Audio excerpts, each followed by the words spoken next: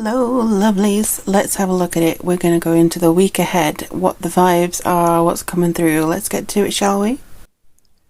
I shuffled off camera because it's impossible for me to shuffle with one hand, and I asked what the vibes were coming through from Monday 22nd. So let's have a looky through. Ooh, so the first one we have is Death and Rebirth. So this is definitely kind of was a new week, new beginning. It's kind of cliche, but you know, it works. You may have a little bit of a reality check around this time. You might be called to question as to what you want to do and focus on. They also might discover something with this big eclipse that's happened.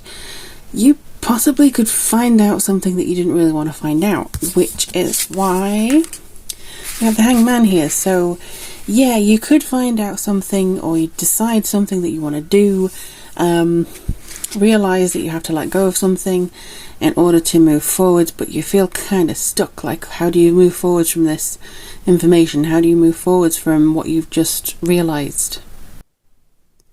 Just want to reiterate here, the death card is not about literal death. It's figurative death most of the time. It's about that feeling of shedding something away and making room for new life. But how can you make room for new life if you feel stuck? The answer lies in looking into something a little bit differently, maybe changing your perspective on it. Well, I'm a writer, so sometimes if I'm stuck on a plot point, this is literal, but I go onto another chair in a different corner of the room to look at things a completely different way. This is ridiculous, but it works for me, and it may actually work for you. Just sit somewhere else, change your scenery, look into the problem when you're in a more meditative, calm state.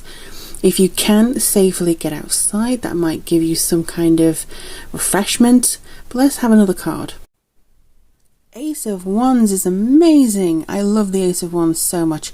So this basically shows the fact that you are going into a time of plentifulness and a new energy. You're over the biggest hump. This is what seems to be coming through to me. You're over the biggest issue that you had this year.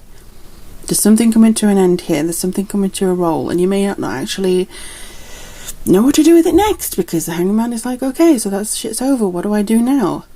What you do now is look for the new inspiration. You look for the new beginning. This is what the eclipse season's all about. It's shifting, it's changing, and I think it's going to be pretty interesting to see what comes. As always, thanks for joining me, my babies. I'm Lorien, the Wellington Witch, and I just hope you have a wonderful week ahead. Let me know in the comments how this works for you and what you're expecting in the week to come.